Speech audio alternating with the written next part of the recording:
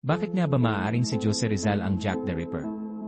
Ito ang isang tanong na maaaring sumagi sa isipan ng ilan, lalo na't nagkataon ang kanyang pagbisita sa London noong 1888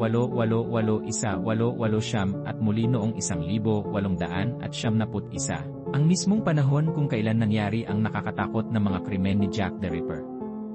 Gayunpaman, mahalagang bigyang diin na sa kabila ng pagkakataong ito sa panahon at lugar, walang anumang matibay na ebidensya na nag-ugnay kay Jose Rizal sa pagiging si Jack the Ripper.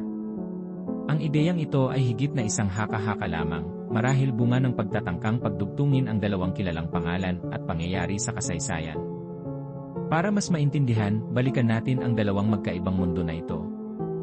Sa isang panig, nariyan ang madilim at misteryosong kaso ni Jack the Ripper sa London, isang brutal na mamamatay tao na naghasik ng lagim sa mga lansangan.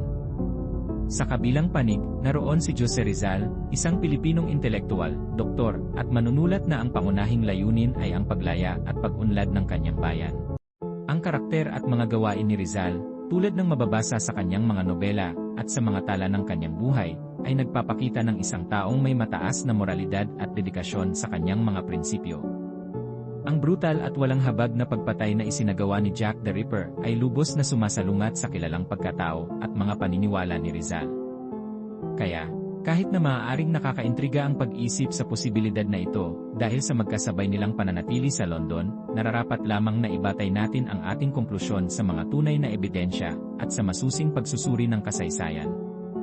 Sa kasong ito, ang tanging koneksyon ay ang panahon at lugar, ngunit walang anumang konkretong patunay na nag-ugnay kay Rizal sa mga krimen ni Jack the Ripper.